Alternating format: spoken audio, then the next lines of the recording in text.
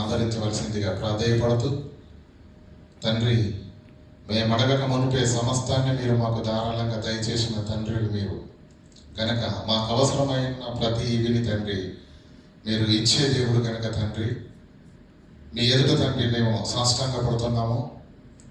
మనుషులుగా తండ్రి మా జ్ఞానం చొప్పున మేము ఏమి అడగలేము, కానీ మా బ్రతుకులను వెలిగించుటకు ఏది శ్రేష్టమైనదో, ఏది అవసరమైనదో, ఏది నాణ్యమైనదో, ఏది జీవాన్ని ప్రసాదించదో ఆ అమూల్యమైన దాన్ని తండ్రి మాకు అనుగ్రహించి ఆదరించవలసిందిగా వేడుకుంటూ, ఘనత మహిమ ప్రభావాలు మీ నామని గౌరవిస్తూ దీనుడనైన నేను తండ్రి మీ పక్షాన నిలబడి మాట్లాడబోతుండగా పరిశుద్ధాత్మ దేవుని సహాయం చేత ప్రతి ఒక్క హృదయంలో లోతుగా మీ మాటలు నాటుటకు కృపను అనుగ్రహించవలసిందిగా వేడుకుంటూ క్రీస్తు నామని ప్రార్థనకు వేడుకుంటున్నామా పరమ తండ్రి, ఆమేన్.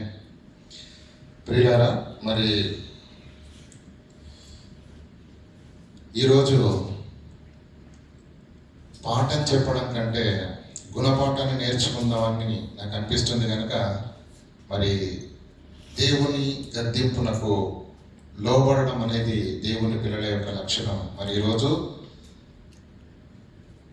సహోదరులు చదివినట్టుగా లేఖన భాగంలో మనం ఇందాక చదువుకున్నటువంటి లేఖన భాగాన్ని తీయండి దయచేసి ఒకసారి.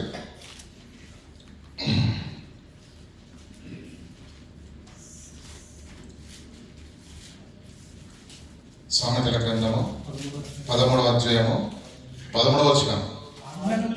తిరస్కరించువాడు అంటే చాలా జాగ్రత్తగా వినండి. ఆజ్ఞను తిరస్కరించువాడు అందువలన శిక్ష నొందును. అందువలన, దేని వలన? ఆజ్ఞను తిరస్కరించినందువలన, ఆజ్ఞను పట్టించుకోనందువలన, ఆజ్ఞను గైకొనందున, అంతే కదా. ఆజ్ఞను తిరస్కరించువాడు అందువలన శిక్ష నందును, అందువలన శిక్ష నందును.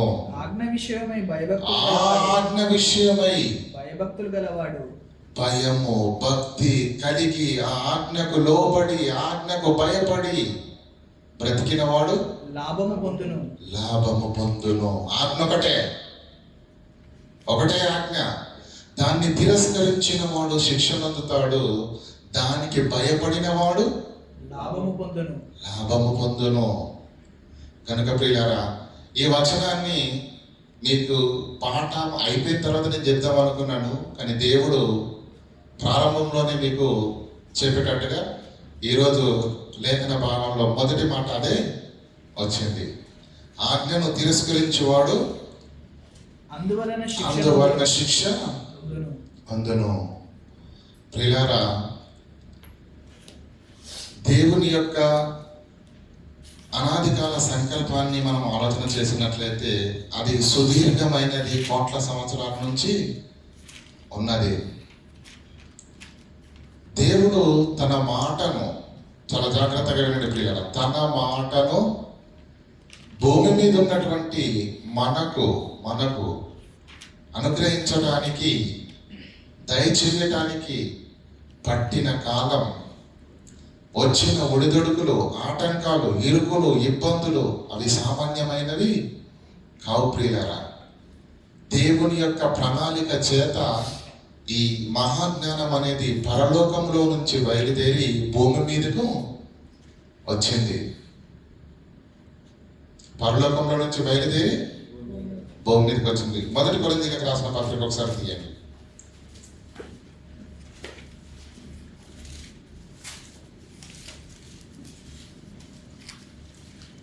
2వ అధ్యాయము 7వ వచనం.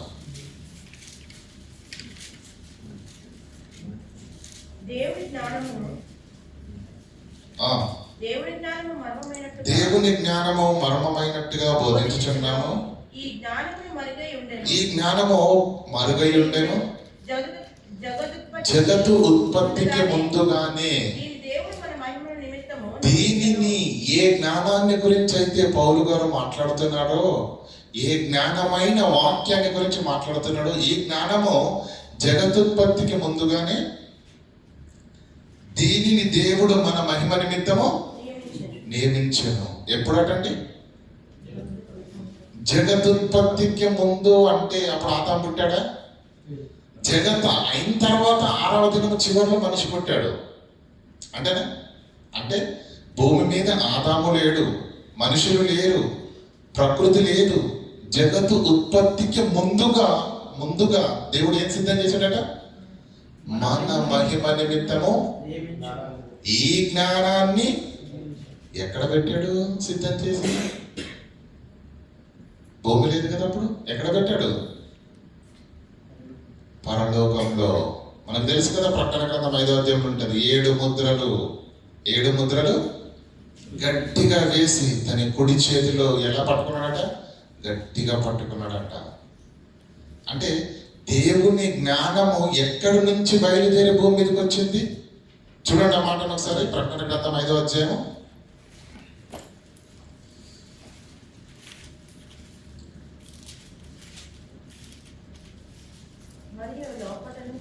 మరియు లోపటను వెలుపటను వ్రాతడానికి 7 ముద్రలు గట్టిగా వేసి ఉన్న ఒక గ్రంథాన్ని సింహాసనం ముందు ఆసీనుడయుండు వారి కుడి చేత, అది జ్ఞానం. ఆ జ్ఞానం జగదుత్పత్తికి ముందుగానే సిద్ధపరచబడి పరలోకంలో ఉన్న ఆ జ్ఞానం, మనల్ని మహిమపరిచే జ్ఞానం, మనకు అవసరమైన జ్ఞానం, దేవుని సంకల్ప ప్రకారంగా అది భూమి మీదకి వచ్చేసింది. ఎప్పుడు వచ్చిందండి? మొదటిగా మనకు తెలుసు, ఆదాము ఉన్నప్పటి నుంచి ప్రతి చల్లపూట దేవుడు తన దూతను పంపి మాట్లాడడం మనకు తెలుసు.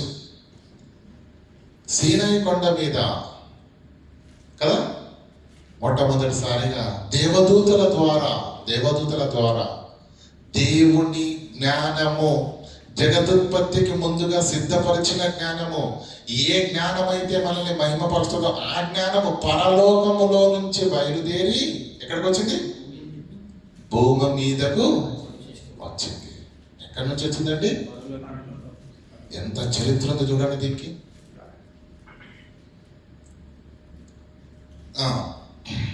అలా వచ్చినటువంటి జ్ఞానము చూడండి. హెబ్రీయులకు రాసిన పత్రిక 1వ అధ్యాయం 1వ వచనం.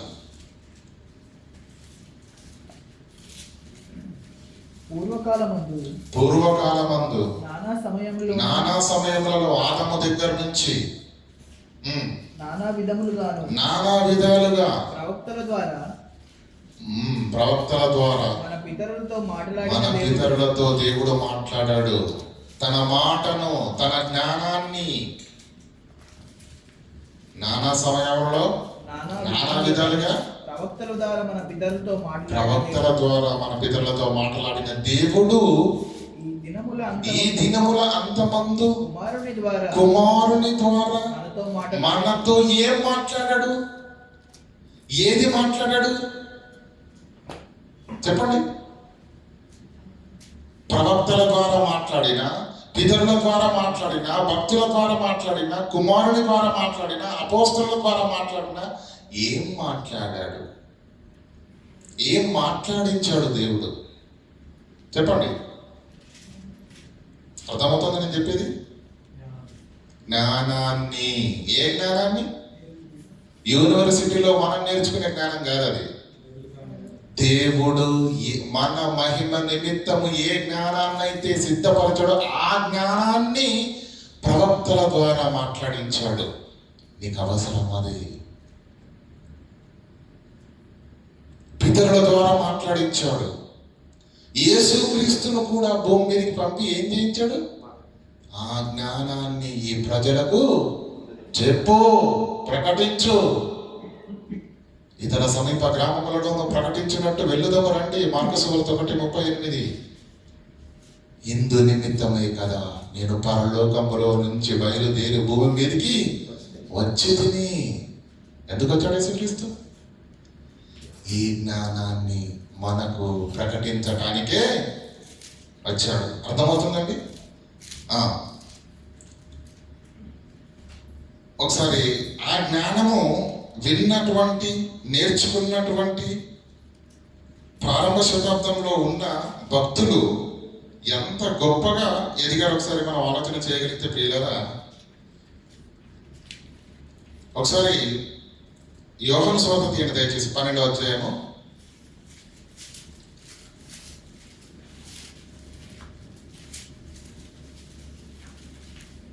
49. ఎలాగనగా నా అంతట నేనే మాట్లాడడం లేదు. యేసుక్రీస్తు మాట్లాడుతున్న మాట ప్రియులారా, ఏమంటున్నాడు యేసుక్రీస్తు? ఏలయనగా నా అంతట నేనే మాట్లాడటం లేదు.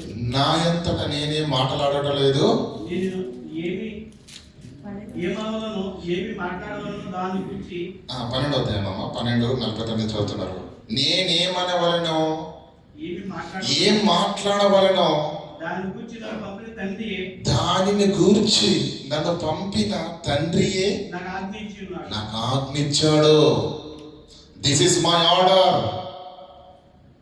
యేసు భూమి మీదకి వెళ్ళి నేనేం చెబుతున్నానో అదే చెప్పాలి. నిర్లక్ష్యం వద్దు. This is my order. ఆజ్ఞ ఇచ్చి ఉన్నాడు.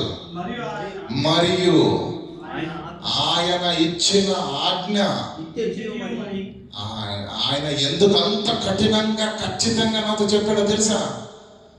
ఆయన ఆజ్ఞ నిత్య జీవమని నేను ఎరుగుతున్న కనుక నేను చెప్పు సంగతులు తండ్రి ఏం చెప్పాడో, ఎలా చెప్పాడో యాజ్ ఇట్ ఈస్ గా నేను అదే చెబుతాను తప్ప మనుషులను సంపాదించుకోవడానికి, మనుషుల కొరకు వారికి కావలసినట్టుగా నేను ఏది మార్చే పని అది కాదు.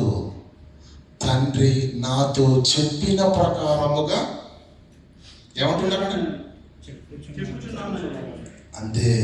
తండ్రి ఏం చెప్పాడు అదే యేసుక్రీస్తు చెప్పాడు. యేసుక్రీస్తు ఏం చెప్పాడు అదే అపోస్తలుడు చెప్పాడు. అపోస్తలుడు ఏం చెప్పారు ఈరోజు సంఘాలలో బోధకులు కూడా అదే చెప్పాలి. అది జ్ఞానం. దాన్ని మార్చకూడదు స్వార్థ ప్రయోజనాల కొరకు. దాన్ని మార్చకూడదు. ఒకటి కలపొద్దు, తీయద్దు అని ప్రకటన గ్రంథంలో ఎంత కఠినంగా మాట్లాడు చెప్పండి దేవుడు. ఎందుకో తెలుసా? ఆ దేవుని యొక్క జ్ఞానాన్ని ప్రకటించే విషయంలో యేసుకు ఎంత భయం అంటే ప్రియులారా, ఏమంటున్నాడు తెలుసా? నన్ను పంపిన తండ్రి నేనేం మాట్లాడవలనో, నేనేం బోధించవలనో నాకు ఆజ్ఞ ఇచ్చి ఉన్నాడు. ఆయన ఇచ్చిన ఆజ్ఞ నిత్య జీవమని నేను ఎరుగుదును. కాబట్టి చాలా జాగ్రత్తగా భయముతో చాలా జాగ్రత్తగా బోధించాడు. ఆయన ఆజ్ఞ నిత్య జీవమని నేను ఎరుగుదును గనుక తండ్రి నాతో చెప్పిన ప్రకారంగా నేను మీతో చెప్పుచున్నాను. మార్చొద్దా, కలపొద్దా, తీయొద్దా? ఉతికి ఆరేస్తాడు దేవుడు. అపోస్తలుడైన పౌలు అంటాడు కదా, నేను మనుషులను సంతోషపెట్టేవాడనైతే క్రీస్తు దాసుని కాను. కనుక ప్రియులారా, దేవుని వాక్యము, దేవుని జ్ఞానము దేవుని సంకల్ప ప్రకారంగా కాలానుగుణంగా పితరుల ద్వారా మనకు అందించాడు, భక్తుల ద్వారా అందించాడు, ప్రవక్తల ద్వారా అందించాడు. చివరికి ఎలా అందించాడు? తన కుమారుని ద్వారా ఈ దినముల అంతమందు మనతో మాట్లాడాడు. అవునా? యేసుక్రీస్తు బోధించిన తర్వాత మళ్ళీ కూడా జరిగింది ఏంటి? యేసుక్రీస్తు వెళితే ఏమన్నాడు? తండ్రి మిమ్మల్ని అనాథలుగా విడిచిపెట్టాడు. నేను వెళ్ళి మీ యొక్క ఎల్లప్పుడూ ఉండుటకు ఆదరణకర్తను పంపిస్తాను. ఆయన ఏం చేస్తాడు? మిమ్మల్ని. ఎందుకు? నేను చెప్పాల్సింది చాలా ఉంది. వినే స్టేజ్లో మీరు నేను చెప్పవలసిన అనేక సంగతులు చూడండి. యోహాను సువార్త 12వ అధ్యాయం, క్షమించండి 16-12 యేసుక్రీస్తు అంటున్నాడు, నేను మీతో చెప్పవలసినవి ఇంకా అనేక సంగతులు ఉన్నవి, కానీ ఇప్పుడు మీరు వాటిని చెప్పేంత ఓపిక నాకు ఉంది. కానీ దాన్ని విని అరిగించుకునే పరిస్థితి మీ దగ్గర లేదు. లేదు. కాబట్టి ఏం చేస్తానంటే నేను వెళ్ళిపోతున్నాను, ఆదరణకర్తను నీ యుద్ధకు పంపిస్తాను, ఆయన వచ్చి మిమ్మల్ని ఏం చేస్తాడు, సర్వసత్యములోనికి నడిపించును. వచ్చాడా ఆదరణకర్త? పరిశుద్ధాత్మ దేవుడు భూమి మీదకి వచ్చాడు. మనుషులు పరిశుద్ధాత్మ వలన ప్రేరేపింపబడిన వారై దేవుని మూలముగా పలికిరి, రాసిరి, గ్రంథస్థము చేసిరి. యేసు చెప్పిన బోధనలో బాకీ ఉన్న సంగతులను పరిశుద్ధాత్మ దేవుడు వచ్చేసి ఏం చేశాడు, సంపూర్ణము చేసేసాడు. ఏంటది? 7 ముద్రలు గట్టిగా వేసి వెలపటను లోపటను వ్రాత కలిగి కుడి చేతిలో పట్టుకున్న దేవుని, పరలోకంలో ఉన్న దేవుని చేతిలో ఉన్న ఆ జ్ఞానం, జగదుత్పత్తికి ముందుగానే మన మహిమ నిమిత్తము ఏర్పరిచిన జ్ఞానం, పితరుల ద్వారా, ప్రవక్తల ద్వారా, క్రీస్తు ద్వారా మనతో మాట్లాడించిందేంటో తెలుసా? దేవుని జ్ఞానం. మన జీవితాలను మహిమలోకి నడిపించే జ్ఞానం. అదే మాట్లాడా యేసుక్రీస్తు? ఇంకేమైనా మాట్లాడా? అంతేనా? పూర్వకాలం మందు నానా సమయంలో నానా విధాలుగా మన పితరులతో మాట్లాడిన దేవుడు ఈ దినముల అంతమందు ఎలా మాట్లాడాడండి? కుమారుని ద్వారా మనతో ఏం మాట్లాడను? జ్ఞానం. అంతేనా? ఆ జ్ఞానము నువ్వు నేర్చుకున్నటువంటి అపోస్తలులు ప్రజలకు ఏం ప్రకటించారు? జ్ఞానం. అంతేనా? అలా మొదటి శతాబ్దంలో జ్ఞానము ప్రపంచానికి అద్భుతంగా అందిందండి, అద్భుతంగా అందింది. దేవుని పిల్లలు ఎంత గొప్పగా వాడబడ్డారంటే ఒకసారి చూడండి. మొదటి కొరింథీయులకు రాసిన పత్రిక 2వ అధ్యాయం 6వ వచనం.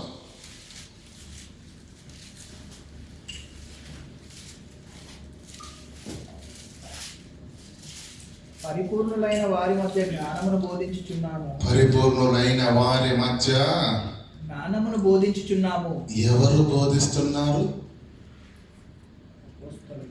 దేవుని జ్ఞానాన్ని నేర్చుకున్న వారు ఈ లోకంలో పరిపూర్ణులైన వారి యొద్దకు వెళ్ళి ఏం చేస్తున్నారట? జ్ఞానమును బోధించుచున్నారు. అది ఈ లోక జ్ఞానము కాదు. అది ఈ లోక జ్ఞానము కాదు. జ్ఞానవంతులు చేతులు కట్టుకొని ఉంటారండి జ్ఞానాన్ని. పరిపూర్ణులైన వారి మధ్య జ్ఞానమును బోధించుచున్నాము. అంత గొప్పది ప్రియులారా. పౌలు మనకు తెలుసు కదండి, అపోస్తలుడైన పౌలు. జ్ఞాని ఏమయ్యను, శాస్త్రి ఏమయ్యను, ఈ లోకపు తర్కవాది ఎక్కడున్నాడు జ్ఞానవంతుడు? రమ్మను, దులిపేస్తాను వాక్యంతో. దేవుని జ్ఞానం కంటే గొప్ప రాబడుకున్న జ్ఞానం. ఎంత గట్స్ ఉంటే ఆ మాట మాట్లాడాలి అంటే దాని అర్థం ఏంటంటే ప్రియులారా, దేవుని వాక్యానికి అంత శక్తి ఉంది, అంత సామర్థ్యం ఉంది. ఆ జ్ఞానాన్ని నేర్చుకున్న వారు ప్రారంభ శతాబ్దం నుంచి మనం చూసుకుంటూ వెళితే ప్రియులారా, మనకు తెలుసు కదండి, ఈ జ్ఞానము ఏమండి, ఎదురాడుటకు వీలు లేని జ్ఞానమును మీ నోట ఉంచెదను.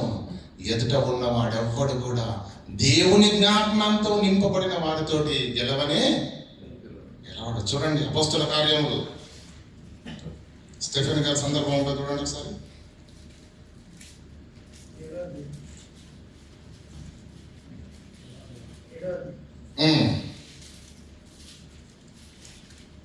తొమ్మిది వచనం,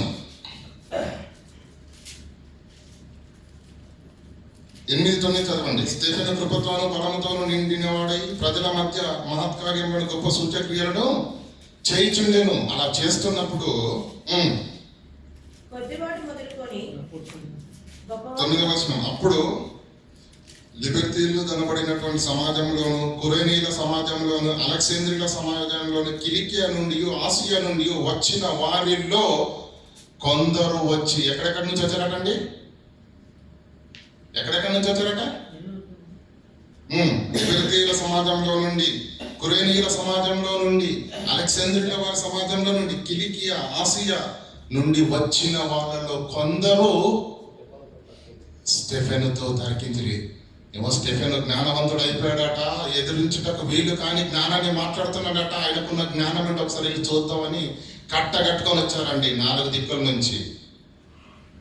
ఏమైంది అక్కడ? కొందరు వచ్చి స్టెఫెనుతో తర్కించిరి కానీ మాటలయందు అతడు అగపరిచిన జ్ఞానమును అతన్ని ప్రేరేపించిన ఆత్మను వారు ఎదిరింపలేక పరిపూర్ణులైన వారి మధ్య జ్ఞానమును, అంటే ఎంత గొప్పదో మీరు ఆలోచించండి. ఆ జ్ఞానాన్ని హత్తుకుంటే ప్రియులారా, దేవుడు ఎంత గొప్పగా వాడుకుంటాడు. ఆ దేవుడు ఎంతో గొప్పగా పౌలు మనకు కనిపిస్తున్నాడు, స్టెఫెన్ కనిపిస్తున్నాడు కదా. అయితే ఇదంతా బాగానే ఉందండి. ఇప్పుడు మీకు అసలు సరైన ప్రశ్న వేస్తాను. ఇలా మనుషులను మహాజ్ఞానవంతులుగా మార్చే మహాజ్ఞానము భూమి మీదకి వచ్చి సంపూర్ణంగా 2000 సంవత్సరాలు అయిపోతుంది కదా.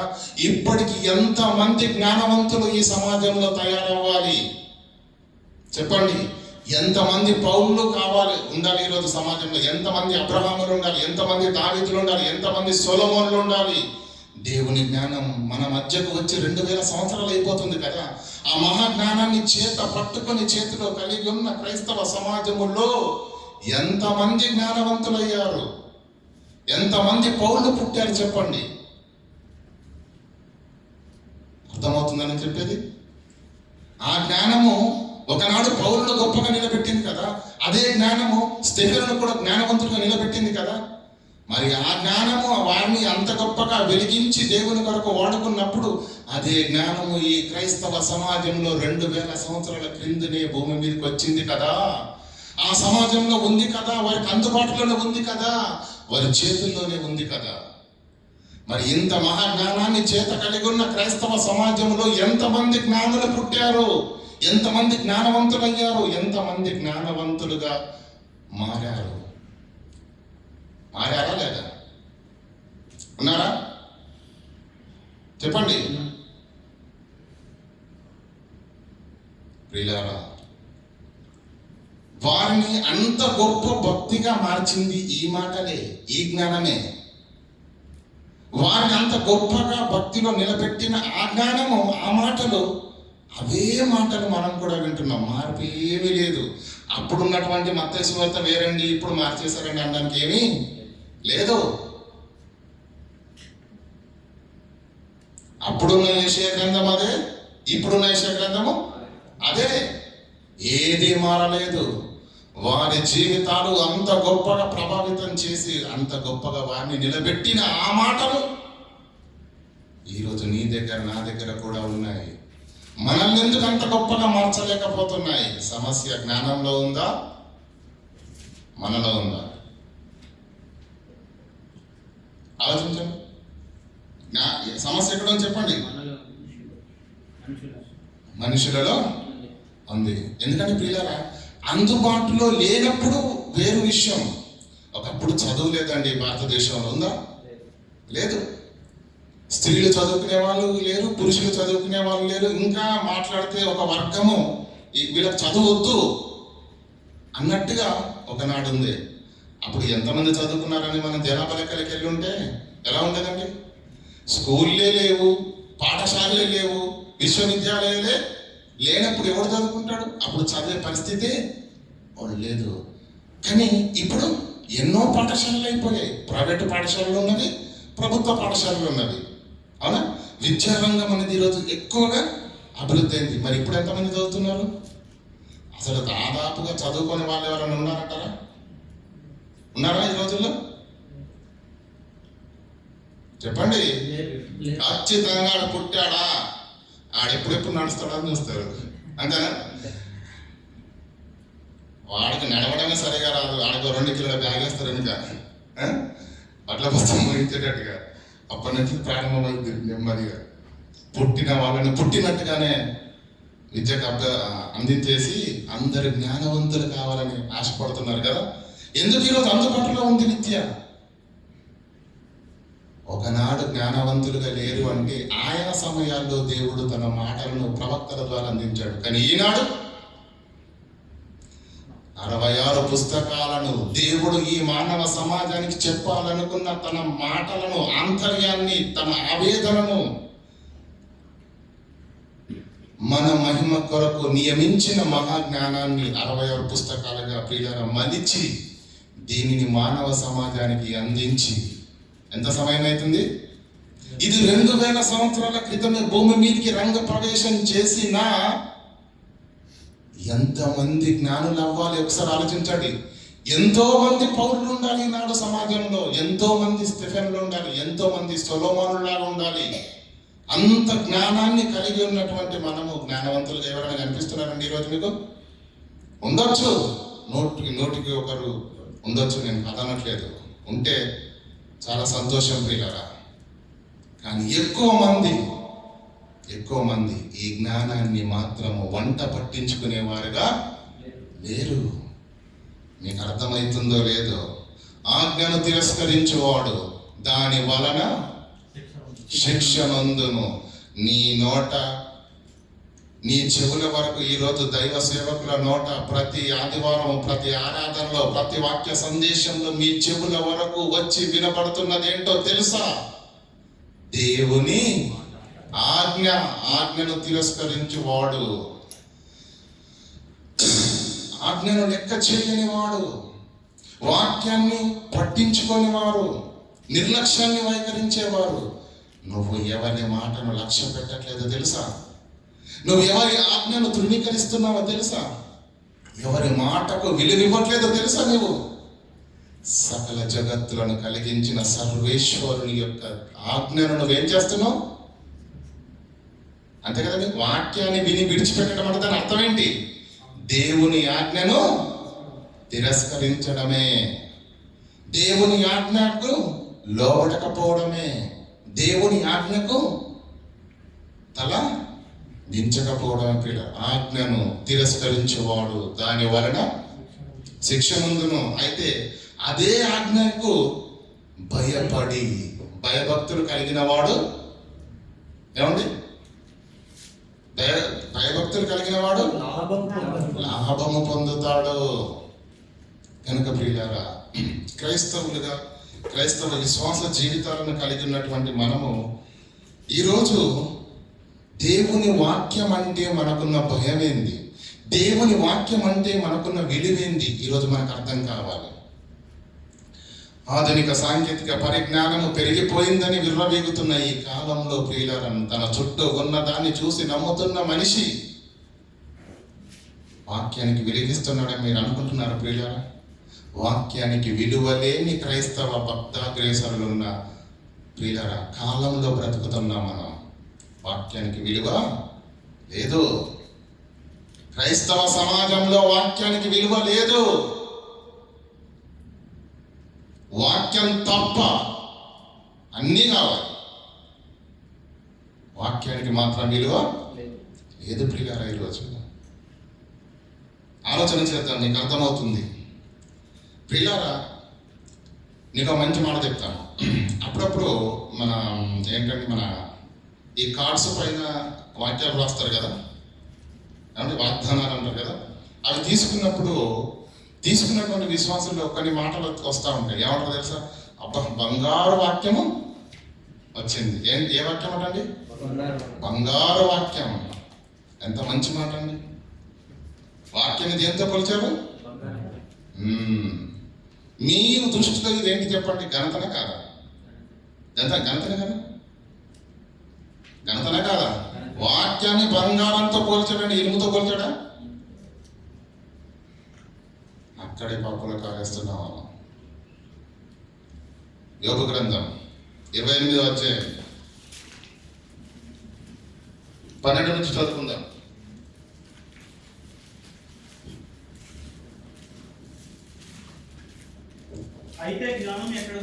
అయితే జ్ఞానం ఎక్కడ దొరుకును? వివేచన దొరుకు స్థలము ఎక్కడ ఉన్నది? నరులు దాని విలువను ఎరుగరు.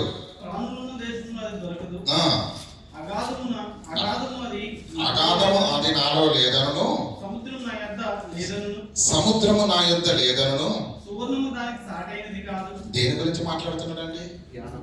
జ్ఞానము గురించి మాట్లాడుతూ పైన మాట్లాడాడు, అది ఇక్కడ దొరకదు అక్కడ దొరకదు అని చెప్పాడు. తర్వాత ఏమంటున్నాడు? ఏమండి? సువర్ణము సువర్ణము దానికి సాటి అయినది కాదు. దానికి సాటి అయినది కాదు అని దేవుడు అంటే నువ్వేమంటున్నావు? చదవండి. సువర్ణము దానికి సాటి అయినది కాదు, దాని విలువ కొరకై వెండిని తూచరాదు. అది ఓఫీరు బంగారముకైనను. ఓఫీరు బంగారం అంటే ద బెస్ట్ హై క్వాలిటీ అన్నమాట. ఓఫీరు బంగారముకైనను విలువగల గోమేదముకమైనను నీలముకైనను కొనబడినది కాదు. సువర్ణమైన స్ఫటికమైన దానితో సాటి కావు. ప్రశస్తమైన బంగారు నగలకు ప్రతిగా అది ఇయ్యబడదు. పగడముల పేర్లు ముత్యముల పేరు దాని ఎదుట అసలు ఎత్తనే కూడదు. జ్ఞాన సంపాద్యము కెంపుల కన్నా కోరదగినది, కూషు దేశపు పుష్పరాగముతో దానితో సాటి కాదు.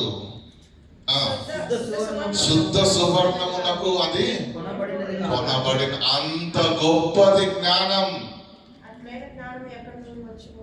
అర్థమవుతుందండి? బంగారం అంటే నీకు గొప్ప అంతేనా? బంగారం అంటే మనిషి గొప్ప. అందుకే ఏమంటాడు? బంగారు వాక్యం అంటాడు. కానీ దేవుడు ఏమంటాడు? వాక్యం ఏంటి, బంగారం ఏంటి, దానికి దీనికి కంపారిజన్ ఏంటి కదా? ఓఫీరు బంగారం అయినను ఏమండి గోమేధికమైనను దాని ఎదుట సరి అయినది కావు, దానితో సరితూగవు. జ్ఞానము చాలా గొప్పది, వెలకట్టలేనిది, విలువ కట్టలేనంత గొప్పది ప్రియులారా. అంత గొప్ప జ్ఞానమును ఏమండి మాట పోని బంగారం అంటే మనకు గొప్ప కాబట్టి బంగారు వాక్యం అన్నారు, బాగానే ఉంది, వెరీ గుడ్. బంగారాన్ని ఎక్కడ దాస్తున్నావు? బైబుల్ని ఎక్కడ దాస్తున్నావు చెప్పు. ఆదివారం ఆరాధన ముగిసిపోయిన తర్వాత బైబుల్ని తీసుకొని వెళ్ళి ఎక్కడో పడేస్తే మళ్ళీ ఆదివారం రోజు ప్రొద్దున తడువుకునేంత వరకు కూడా అది నీకు కనిపించదు. బంగారం అమ్మ బాబోయ్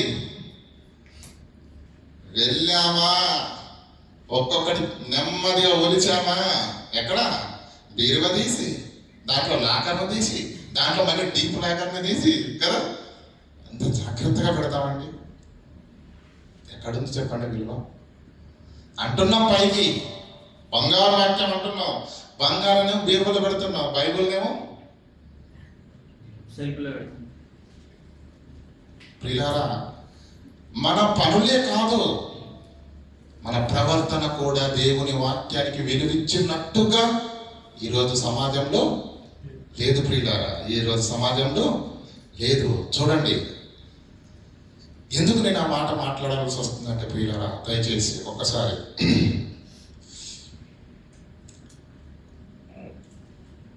ప్రసంగి గ్రంథం తీయండి. దానికంటే ముందు సామెతల గ్రంథం చదువుకుందాం ఒకసారి. సామెతల గ్రంథం 23వ అధ్యాయం 15వ వచనం. సామెతల గ్రంథం. నా కుమారుడా 2000 సంవత్సరాల క్రితము పూర్వకాలము నుంచి పితరులతో ప్రవక్తలతో తన కుమారునితో తన జ్ఞానాన్ని, దేవుడు తన జ్ఞానాన్ని భూమి మీదకి పంపించాడు కదా. ఆ జ్ఞానం భూమి మీద ఉన్నది. అయితే దేవుని పిల్లలైన మనందరితో దేవుడు చెప్తున్న మాట ఏంటో తెలుసా? నా కుమారుడా నీ హృదయమునకు జ్ఞానము లభించిన ఎడల నా హృదయము కూడా సంతోషించింది. చాలా జాగ్రత్తగా చదవండి పదాన్ని. కుమారుడా నీ హృదయమునకు జ్ఞానము లభించిన ఎడల నా హృదయము కూడా. నీ హృదయమునక నీ చెవులక? ఈరోజు విశ్వాసుల హృదయాలలోనికి వాక్యము వెళ్ళడమే లేదు. చెవుల వరకు మాత్రమే వెళుతుంది, చెవుల వరకు మాత్రమే వెళుతుంది. ఏమంటే ఇక్కడ వీడియో రికార్డ్ అవుతుందా లేదా? నేను మాట్లాడుతున్న మాట మైక్లో నుంచి వెళుతుందా లేదా? ఇక్కడ వరకు, ఇక్కడ నుంచి వెళితేనే రికార్డ్ అవుతా. అక్కడ ఆన్ చేయాలి. అక్కడ ఆన్ చేయలేరు అనుకోండి, ఇక్కడ మైక్ పెట్టినా, ఇంత పెద్ద సౌండ్ బాక్స్ పెట్టినా ఏమవుద్ది? అందులో రికార్డు. ఇది మీకు అర్థమైతే వాక్యము ప్రతి సంఘాలలో దైవ సేవకులను దేవుడు నిలబెట్టుకొని వారికి ఉన్నటువంటి దేవుని జ్ఞాన సంపత్తి ప్రకారంగా వాళ్ళు మాట్లాడుతూ ఉన్నారు. వినబడుతున్న మాట చెవుల వరకు మాత్రమే వెళుతుందే తప్ప హృదయాంత రంగాలలోనికి వెళ్ళి ఆ హృదయంలో దేవుని మాటలు నాటబడుతున్నాయా? నీ చెవుల వరకు వస్తే దేవుడికి సంతోషం లేదు. నీ హృదయములోనికి వెళ్ళాలి. డబ్బులు పంపిస్తాం కదండి, కానీ సాధన రాగానే ఏం చేస్తాం మన ఇంటికి? డబ్బులు పంపించరా? ఇక్కడ పంపించగానే మనకి ఏం ఇస్తాడు? రిసిప్ట్ ఇస్తాడు, మెసేజ్ వచ్చేస్తుంది. అవునా? వెంటనే ఫోన్ చేసి చెప్పండి, నేను పంపించేసాను, డబ్బులు వచ్చేదే చూడండి అని. అక్కడ బ్యాంకులోకి వెళ్ళి మా ఆయన 50,000 పంపించాడయ్యా ఇవ్వు అంటే ఇస్తాడా? ఇక్కడ నుంచి పంపించాడు, కంప్యూటర్లో 1కి 4 సార్లు చెప్పినా ఇక్కడ నుంచి వెళ్ళిపోయింది మెసేజ్. ఎప్పుడు ఇస్తారు చెప్పండి డబ్బులు? అక్కడ చేరాలి. గంట వరకు చేరలేదు అనుకోండి, అక్కడి నుంచి పంపిన మాట వాస్తవమే అమ్మా, ఇక్కడకు వస్తే తప్ప, ఈ సిస్టంలోకి మెసేజ్ వస్తే తప్ప అది ఇవ్వరు. ఇస్తారా? దేవుని సేవకులు చెబుతున్న మాటలు మీ చెవుల వరకు వెళ్ళడము ఇక్కడి నుంచి మెసేజ్ వెళ్ళినట్టు, అది మీ హృదయాంతరంగంలో నాటబడము అక్కడ ఇండియాలో ఏంటి బ్యాంకుకు మెసేజ్ వెళ్ళినట్టు. అర్థమవుతుందా లేదా?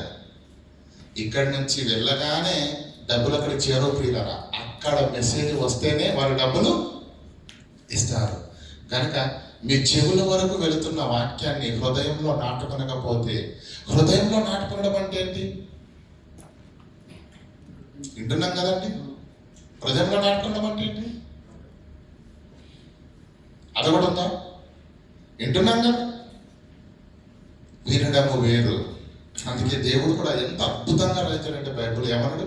కుమారుడా, నీ హృదయమునకు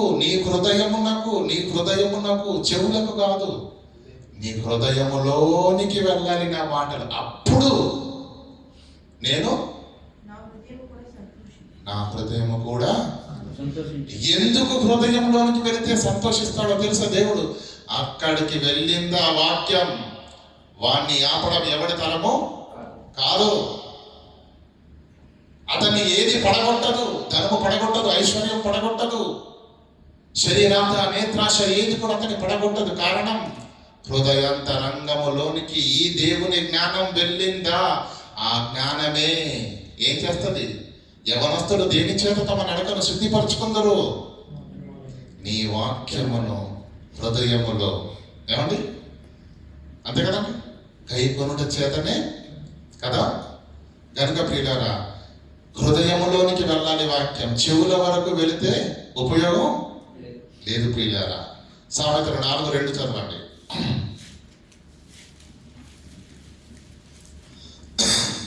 నేను మీకు సదుపదేశం చేసేదను. ఏం చేస్తున్నాడు దేవుడు?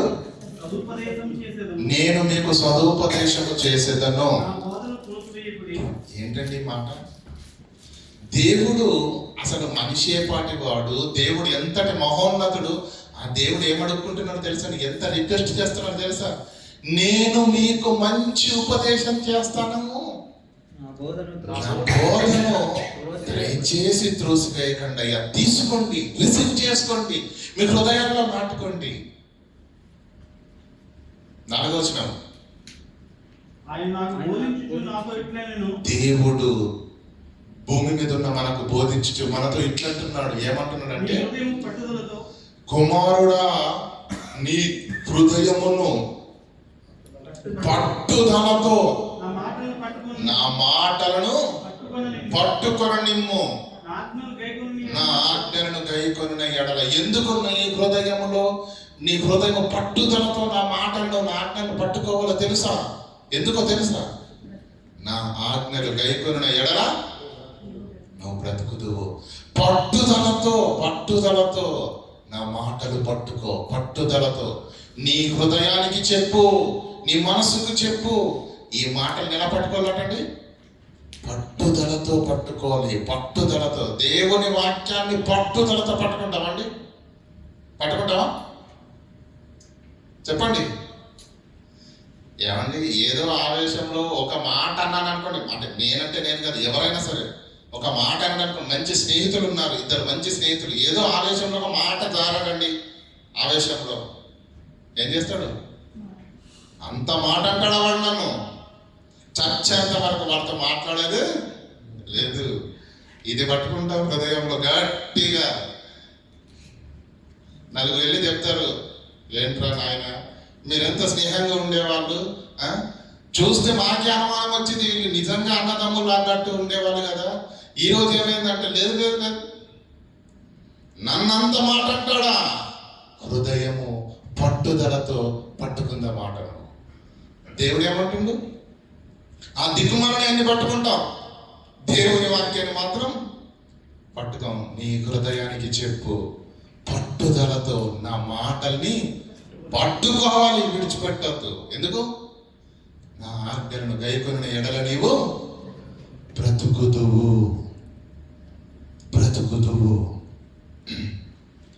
కానీ ప్రియులారా, ఈరోజు ఎంత జాగ్రత్త దేవుడు చెబుతున్నాడు, ఎంత రిక్వెస్ట్గా దేవుడు చెబుతున్నాడు. నా బోధను త్రోసివేయకండి నాయన, ఈ మాటలే మిమ్మల్ని బ్రతికిస్తాయి నాయన, నా ఆజ్ఞను గైకొని మీరు బ్రతుకుతారని దేవుడు ఇంత ప్రేమగా, ఇంత ఏమన్నా ఇంత జాగ్రత్తగా మనకు చెబితే, దేవుని వాక్యం అంటే మనకు అంత సీరియస్నెస్ ఉందండి?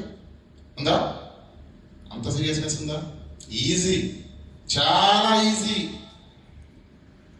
భయం లేదండి. వాక్యం విలువ తెలియకుండా బ్రతుకుతున్నాం. క్రైస్తవులైనా రక్షణలోకి వచ్చినా కూడా దేవుని వాక్యము విలువ తెలియట్లేదు. పరలోకంలో నుంచి బయలుదేరి నీ చేతిలోనికి వచ్చింది. అది నిన్ను బ్రతికించడానికి వచ్చింది, నీ మహిమ కొరకు వచ్చింది నీ చేతుల్లోనికి.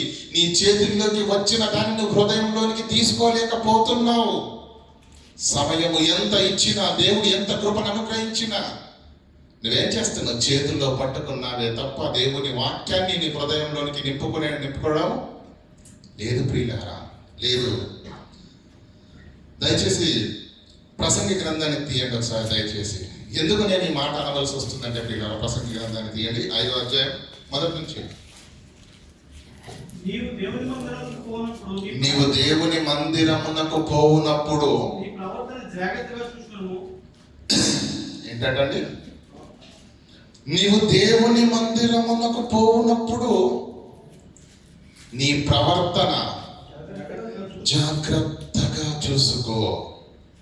బుద్ధిహీనులు అర్పించినట్లుగా. 3వ వచనం చదవండి. పరిపాటల వలన స్వప్నం పుట్టును, పెక్కు మాటల పలికి వాడు బుద్ధిహీనుడు. 2వ వచనము, నీవు దేవుని సన్నిధిని అనాలోచనగా పలుకుటకు నీ హృదయమును త్వరపడనీయకుము. దేవుడు ఆకాశమందున్నాడు, నువ్వు భూమి మీద ఉన్నావు, కావున నీ మాటలు కొద్దిగా ఉండాలి. పైన ఏమన్నాడు? నీవు మందిరమునకు పోవునప్పుడు నీ ప్రవర్తన జాగ్రత్తగా చూసుకో. ఉందా? అభయం ఉందా ప్రియులారా ఈరోజు సమాజానికి? దేవుని సన్నిధి, దేవుని ప్రాంగణం ఇది. దేవుని సన్నిధికి వెళ్ళినప్పుడు నీ ప్రవర్తనను జాగ్రత్తగా చూసుకో. దేవుని సన్నిధికి వెళ్ళే మనము తీసుకుంటున్న జాగ్రత్త ఏమైనా ఉందా? పడుతున్న సిద్ధపాటు ఏదైనా ఉందా? చెప్పండి. మీకు మంచి అర్థమయ్యే ఎగ్జాంపుల్ చెప్తాను.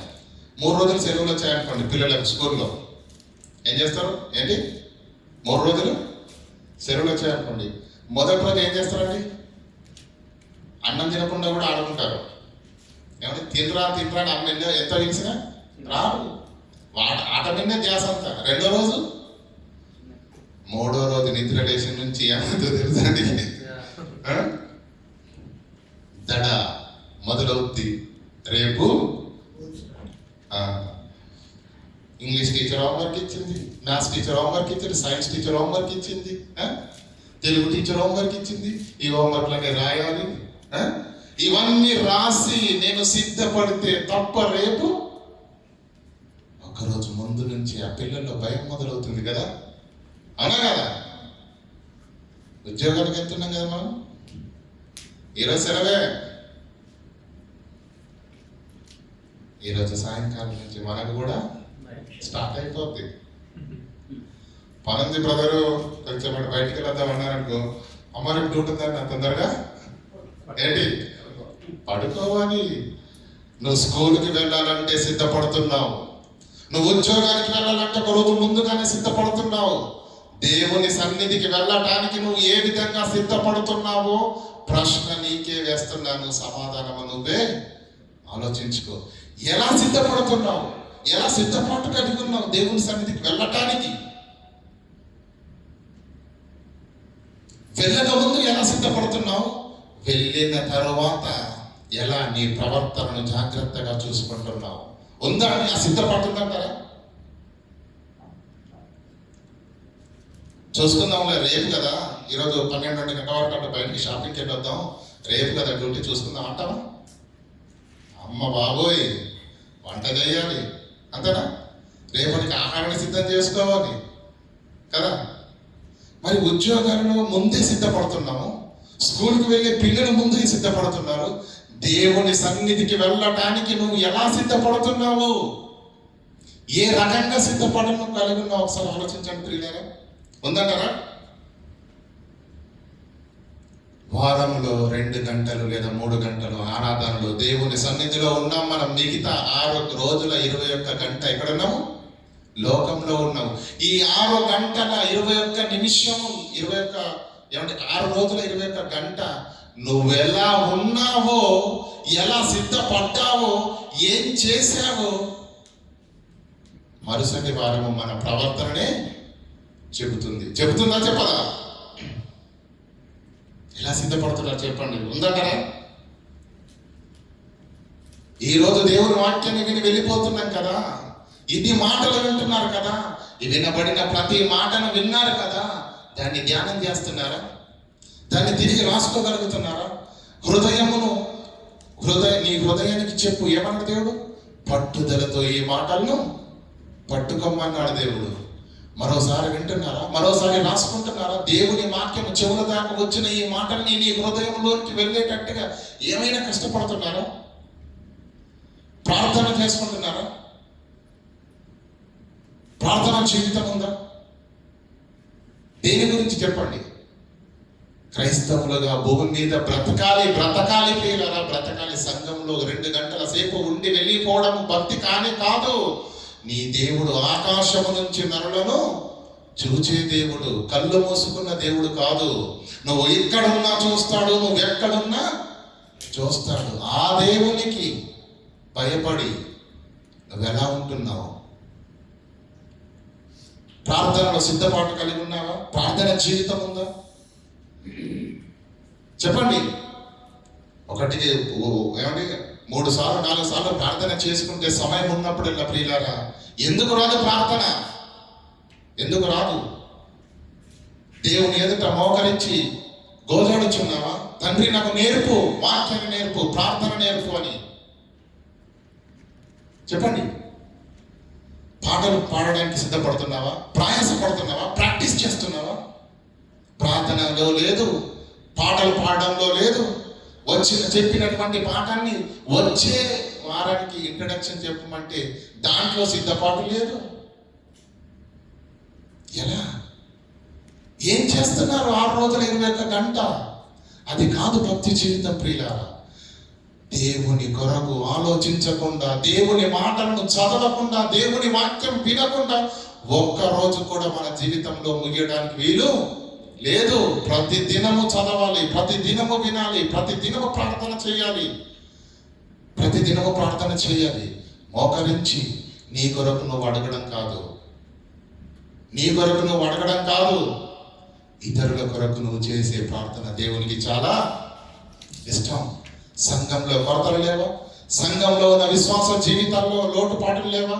సమస్యలు లేవా? ఇరుకులు లేవా? ఇబ్బందులు లేవా? వారి కొరకు ప్రార్థన చేసే బాధ్యత నీకు లేదా? ఏమైపోతుందండి? వారానికి 2 గంటలు వచ్చి విన్నామా, వెళ్ళిపోయామా, అంతే. ఎవరికి వారే ఏమన్నా తీరే అన్నట్టుగా ఉంటే ఆత్మీయ జీవితాలు వర్ధిల్లవండి. ఆత్మీయ జీవితాలు వర్ధిల్లవు. ఎలా సిద్ధపడుతున్నావు? 6 రోజులు 21 గంట నీకు సమయం ఉంది కదా. ఉద్యోగానికి వెళుతున్నావు, వెరీ గుడ్. పడుకుంటున్నావు, వెరీ గుడ్. మిగతా సమయం నువ్వు ఎలా వాడుతున్నావు? నువ్వు క్రైస్తవుడు, ఆ మాట మాత్రము మర్చిపోవద్దు. నువ్వు రక్షణ తీసుకున్న వాడవు, దేవుని సంఘంలో చేర్చబడిన వాడవు. లోకంలో ఉన్న వారందరి వల్ల నువ్వు కూడా సమయాన్ని దుర్వినియోగం చేస్తే అతనికి నీకు ఉన్న వ్యత్యాసం ఏది లేదు. దినములు చెడ్డవి గనుక సమయమును పోనీయక మనం ఏం చేయాలి? అజ్ఞానుల వల్లే కాక జ్ఞానుల వల్లే ప్రవర్తించినట్టు సమయాన్ని ఏం చేస్తున్నారు చెప్పండి? గుండెల మీద చేసుకొని చెప్పండి. ఎంతమంది దేవుని వాక్యం కొరకు, ప్రార్థన కొరకు ఎలా ఎలా ఎలా ఎదుగుతాయి చెప్పండి? విశ్వాస జీవితాలు ఎలా జ్ఞానవంతులుగా మారుతాయి చెప్పండి? భక్తిలో పెరుగుతున్నామా? ప్రార్థనలో పెరుగుతున్నామా? విశ్వాసంలో పెరుగుతున్నామా? జ్ఞానంలో పెరుగుతున్నామా? ఏది? ఎక్కడ వేసిన గొంగడి అక్కడే ఉన్నట్టుగా ఉంది క్రైస్తవ జీవితాల్లో, విశ్వాస జీవితాల్లో. ఎందుకు ఎదగడలేకపోతున్నారో తెలుసా? మీ ప్రోగ్రెస్ లేదు, మీ కష్టం లేదు, మీ నిర్లక్ష్యం. దేవుని మాటను పెడచెవిన పెడుతున్నారు. ఆజ్ఞను తృణీకరించువాడు. వినబడుతున్న నేను చెప్పినా, ఇంకెవరు చెప్పినా మా సొంత భాష్యము కాదు. ఎవరి మాటలివి? దేవుని ప్రతి మాట ఆజ్ఞనే. ప్రియులారా, ఆ ఆజ్ఞను తృణీకరించకూడదు. ఆ ఆజ్ఞను వినాలి, దాని హృదయంలో నాటుకోవాలి, దానిని అనుసరించి బ్రతకాలి. దాన్ని అనుసరించి బ్రతకాలి. ఉందంట రైస్ సిద్ధపాటు. ప్రభు రాత్రి బలలో మనం ఏమంటే ప్రభు బలలో మనం వేస్తామని ఏమా? ఒకసారి చూడండి, కొరింథీయులకు రాసిన పత్రిక 11వ అధ్యాయం 26వ వచనం చదవండి.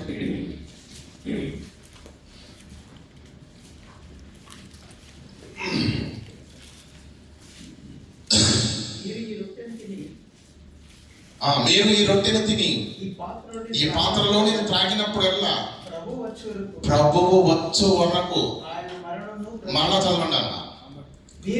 మీరు ఈ రొట్టెను తిని ఈ పాత్రలోని త్రాగినప్పుడల్లా మీరు చేయవలసిన పని ఒకటి ఉంది. ఏంటో తెలుసా? ప్రభువు వచ్చు వరకు, నువ్వు చచ్చు వరకు, లేదంటే అంతే కదా, మన మరణాంతరం వరకు. ప్రభువు వచ్చు వరకు ఏంటి? ఆయన మరణమును ప్రచురించు వారిగా, ఆయన మరణ సమాధి పునరుత్థానాలను ఈ సమాజానికి ప్రకటించు వారిగా, ప్రచురించు వారిగా ఉండాలన్నాడు. ఎప్పటి వరకు? మరణము వరకు. దీనిలోనిది తీసుకున్నప్పుడెల్లా మనం ఏం చేయాలి? క్రీస్తును ప్రకటించు వారిగా, ప్రచురించు వారిగా ఉండాలి. చిన్నప్పుడు చూశానండి, అదేంటంటే సినిమా పేరు ఉంటుందండి.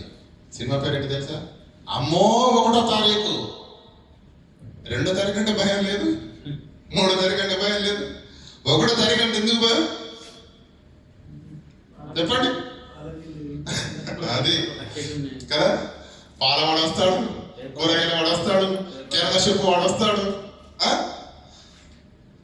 అంతా మనం ఖాతా పరిస్థితే కదా. 1వ తారీఖు వచ్చిందంటే 20 నుంచి ఇక్కడ స్టార్ట్ అయిపోద్ది బీపీ. 1వ తారీఖు దగ్గర పడుతుంది, అప్పుల వారు వస్తారు, బాధల వారు వస్తారు. భయం భయం భయం భయం భయంతో నాకు వచ్చే శాలరీ 10 సార్లు లెక్క చేస్తాడు. ఇది ఇట్టిపోద్ది, ఇది ఇట్టిపోద్ది, ఇది ఇట్టిపోద్ది, ఇది ఇట్టిపోద్ది, దీంతో నేను మేనేజ్ చేయగలను, లేదంటే స్నేహితుని అప్పడగలను. ఎంత సిద్ధపాటు కలిగి ఉంటున్నాడు చూడండి. 1వ తారీఖు వరకు నువ్వు సిద్ధపాటు కలిగి ఉంటున్నావే తప్ప వచ్చే వారము ప్రభు యొక్క బల్ల. ఆ ప్రభు యొక్క బల్లలో నేను చేయాలంటే కింద చదవండి ఏమనుకో. కాబట్టి ఎవడు అయోగ్యముగా ప్రభు యొక్క రొట్టెను తినును, ఆయన శరీరంలోనిది, ఆయన పాత్రలోనిది త్రాగును, ప్రభు యొక్క శరీరము గూర్చి వాడు ప్రభు యొక్క శరీరమును గురించి రక్తమును గురించి అపరాధి అమ్మో ప్రభు యొక్క బల్ల కార్యక్రమము సమీపిస్తున్నది. వచ్చే వారమే నేను ప్రభు యొక్క మరణాన్ని ప్రకటించలేని వారమంతా పని చేయలేను. ప్రభు యొక్క బల్ల కార్యక్రమం వచ్చే వారమే ఉంది. వారం రోజుల టైం ఉంది. నేను ఎలా వెయ్యాలి అందులో చెయ్యి. నేను ఏ పని చేయలేదు కదా, నేను ఏం ప్రకటించలేదు కదా, ప్రార్థన చేయలేదు కదా, వాక్యాన్ని వినలేదు కదా, దేవుని కొరకు, సంఘం కొరకు, పరిచర్య కొరకు నా పాత్ర ఏది నేను చెయ్యలేదు కదా. నేను ఎలా వెయ్యాలి ఆ చేయిలో పాత్ర, ఆ పాత్రలో నేను ఎలా వెయ్యాలి చెయ్యి అన్న భయం ఉంటుందా? సిద్ధపాటు లేదు. 1వ తారీఖు అంటే భయం ఉంటుంది మనకు. అవునా?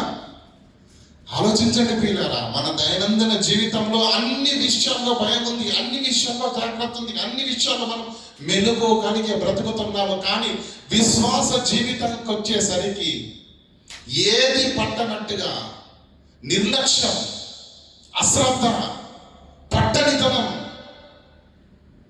ఇలాంటివి క్రైస్తవ విశ్వాస జీవితాల్లో ఉండడము, ముఖ్యంగా రక్షణ పొందిన వారి జీవితాలలో ఉండడము శ్రేయస్కరము కానే కాదు. మెరుగుదిద్దు కావాలి మన విశ్వాస జీవితాలను. ప్రజ్వలిల్లాలి జ్యోతుల వలె. దేవుని యొక్క ఆత్మ మనల్ని నడిపిస్తున్న కొలది ముందుకు వెళుతూనే ఉండాలి తప్ప ఆరిపోయే దీపంలా ఉండకూడదు. రెపరెపలాడే కొవ్వొత్తిలా ఉండడానికి వీలు ఉండకూడదు ప్రియులారా. జ్యోతుల వలె వెలగాలన్నాడు దేవుడు. జ్యోతుల వలె వెలగాలన్నాడు. ఎంతకాలమైంది అయ్యా బాప్తిసం తీసుకొని, ఎంతకాలమైందా నా రక్షణలోకి వచ్చి, ఎంతకాలమైందా భయమైన ఈ దేవుని మహాజ్ఞాన వాక్కులు వింటూ, నువ్వు విన్నదెంత, నువ్వు నేర్చుకున్నదెంత, బలపడిందెంత. ప్రియులారా, చాలా జాగ్రత్తగా ఉండాలి. అన్ని విషయాల్లో జాగ్రత్త కలిగి ఉన్న మనము విశ్వాస జీవితంలోకి వచ్చేసరికి మనకి ఎటువంటి సిద్ధపాటు లేదు. సిద్ధపాటు లేదు. ఆరాధన ఉందనేసరికి ఆకారాలను మనం అలంకరించుకొని వచ్చామే తప్ప మనిషిగా సిద్ధపాటు మనలో వారం రోజుల్లోంచి సిద్ధపాటు కలిగి ఆరాధనకు వెళ్ళగానే నాకు అవకాశం ఇస్తే ప్రార్థన చేస్తాను, దేవుని సన్నిధిలో ఆ అవకాశం దొరకడం నాకు భాగ్యం, ఆ అవకాశం ఇస్తే ఖచ్చితంగా నేను ఉపయోగించుకుంటానని ప్రార్థనకు సిద్ధపడి ఉన్నావా? వాక్యం చెప్పడానికి సిద్ధపడి ఉన్నావా? ఇంట్రడక్షన్ చెప్పడానికి సిద్ధపడి ఉన్నావా? పాటలు పాడడానికి సిద్ధపడి ఉన్నావా? ఏమైంది? ఎంతకాలం ఒక్కరే పాడతారు చెప్పండి పాటలు? మీకు లేదా? మీకు వద్దా? మీరు నిలబడరా? అందరూ దేవునికి కావాలి, అందరూ దేవుని పిల్లలే, అందరూ ఎదగాలి, అందరూ నిలబడాలి. ఈ దేవుడికి 1, 2, 3, 4 అవసరం లేదు. అందరూ దేవుని పిల్లలే, అందరూ దేవునికి కావాలి పిల్లరా. కనుక ఎక్కడ ఆగిపోయింది మీ విశ్వాస జీవితం? ఎక్కడ కుంటి పడిపోయింది? ఎక్కడ నిర్లక్ష్య వైఖరిని అవలంబిస్తున్నారు? మీ సమయాన్ని మీరే షెడ్యూల్ చేసుకోండి. రోజు గంట దొరకదండి, గంట దొరకదా? ఫోన్లో గంటలు సొల్లు మాట్లాడడానికి టైం దొరుకుతుంది. కానీ ఆ సమయంలో కొద్ది సమయం దేవుని వాక్యానికి కేటాయించి నా ఆత్మీయ జీవితాన్ని నేను బాగుపరచుకోవాలన్న సమయము, జ్ఞానము లేదా? ఎందుకు ఆ నిర్లక్ష్యం? దేవుని సన్నిధికి వెళ్ళినప్పుడు ప్రసంగి గ్రంథం 5వ అధ్యాయం 1వ వచనం, నీ ప్రవర్తనను జాగ్రత్తగా చూసుకోండి. ప్రవర్తనను జాగ్రత్తగా చూసుకోండి. వెళ్ళే ముందే యు షుడ్ గెట్ రెడీ. నువ్వు వెళ్ళే ముందే సిద్ధపాటు కలిగి, మనుషులుగా నువ్వు సిద్ధపాటు కలిగి ఉండాలి. ఎవరు ఉద్యోగానికి వెళ్ళేటప్పుడు రాత్రంతా మెలుగు ఉండి ఉద్యోగానికి వెళ్తారండి? ఎవరన్నా డే డ్యూటీ చేసేవాళ్ళు రాత్రిలో మెలుకోకుండా ఉద్యోగానికి వెళ్తారా? చెప్పండి. పొరపాటున ఆ రాత్రి మీకు నిద్ర పట్టలేదు, పొద్దున ఏం చేస్తారు చెప్పండి?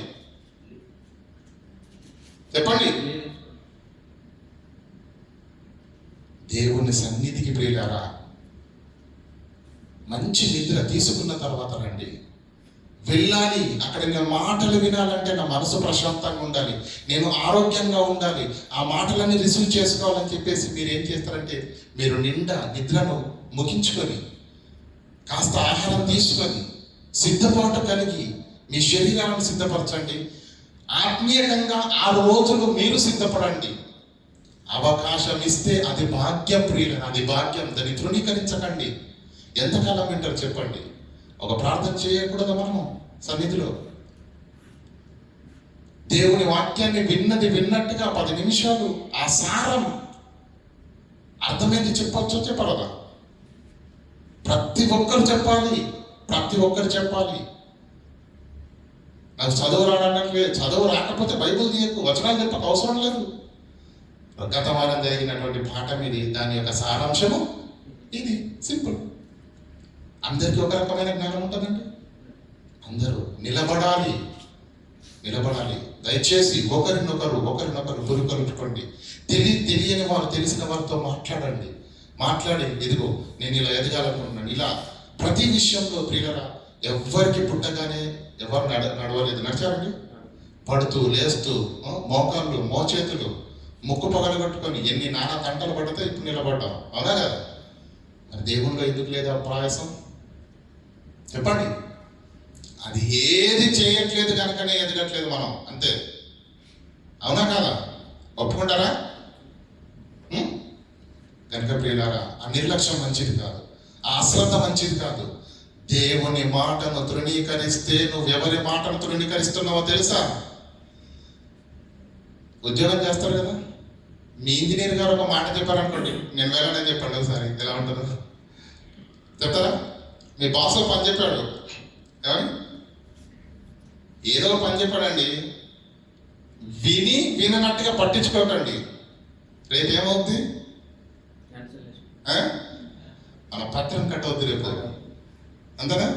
వీసా క్యాన్సిల్ చేసి ఏం చేస్తారు? పాస్పోర్ట్. మరి ఇతని మాట వినకపోతేనే ఇంత తలపోటు ఉంటే సకల జగాలను కలిగించిన సర్వేశ్వరుని దేవుని మాట, ఆ మాటని నీ దగ్గరికి నా దగ్గరికి వస్తున్నది. ఎంతమంది వింటున్నారు, ఎంతమంది లోపడుతున్నారు, ఎంతమంది సరి చేసుకుంటున్నారు? చెవులతో వినడం కాదు ప్రియులారా. వినడం అంటే, షుగర్ పేషెంట్ డాక్టర్ దగ్గరికి వెళ్ళింది, రిపోర్ట్లు చూశాడు, అమ్మని కిందికి మీద చూశాడు. ఏంటమ్మా ఈరోజు ఈసారి షుగర్ ఎక్కువ ఇచ్చింది? సరే అయ్యా, మందులు రాసిన చాలా జాగ్రత్తగా వాడు, షుగరు పెంచే వస్తువులను తినొద్దమ్మా అని చెప్పాడు. చెప్పిన మాటలు చెవులతో విన్నది. మళ్ళీ మరుసటి నెల వచ్చింది. ఇప్పుడు ఏదైనా 250 ఉన్నది, వచ్చే నెలకు వచ్చేసరికి 300 పెరిగిపోయింది అనుకోండి. ఇదేంటమ్మా పోయినసారి చెప్పాను కదా షుగర్ ఎక్కువ వస్తుంది అని చెప్పండి. అవును సార్ మీరు చెప్పారు, షుగర్ ఎక్కువ వస్తుందని చెప్పారు, షుగర్కు సంబంధించినటువంటి వస్తువులు తినొద్దని చెప్పారు, స్వీట్లు, లడ్డూలు, రైస్ ఇలాంటివి ఏం తినకూడదు అన్నీ చెప్పారు సార్. నేను ఏది మర్చిపోలేను, చూడండి ఖచ్చితంగా అప్పు చెప్తాను లేదా? నేను చెప్పింది నువ్వు గుర్తు పెట్టుకోవడానికి కాదమ్మా చెప్పింది, నేను చెప్పింది నువ్వేం చేయాలి? పాటించాలి. అప్పుడు ఈ 250 కాస్త వింటే తగ్గదది. డాక్టర్ గారు చెప్పిన సలహా చెవులతో వింటే ఆరోగ్యం కుదరపడదు, చెప్పింది చెప్పినట్టు పాటించాలి. అప్పుడు నీకు ఏమవుతుంది? ఆరోగ్యం. మరి డాక్టర్ మాట పాటిస్తేనే ఆరోగ్యం వచ్చినప్పుడు దేవుని మాట పాటిస్తే నీ హృదయము పట్టుదలతో నా మాటలను పట్టుకొని నిమ్ము. ఎందుకో తెలుసా? నా ఆజ్ఞలను గైకొన్న ఎడల నీవు బ్రతుకుదువు. ఆజ్ఞను తిరస్కరించువాడు శిక్ష నందును. ఆజ్ఞకు భయపడి ఏమంటే భయభక్తులు కలిగిన వాడు లాభమునందును. ప్రియ నిర్లక్ష్యం అనేది అస్సలు మంచిది కాదు. అయితే దేవుడి మాట సమాజంలో దేవుని పిల్లలు ఎదుట ఏమండి నిర్విఘ్నంగా ప్రకటింపబడుతుందా లేదండి? ప్రతి సంఘ కార్యక్రమాన్ని చూడండి, సంఘ ఆరాధన ఉంటుందా? మధ్యలో గృహకోడికలు అంటే దేవుని వాక్యం అనేది దైవ సేవకులు వారు తమ హృదయంలో దాచుకోకుండా తమకు తెలిసిన జ్ఞానాన్ని సంఘములో ప్రకటన చేస్తున్నారా లేదా? నిర్విఘ్నంగా చేస్తున్నారా లేదా?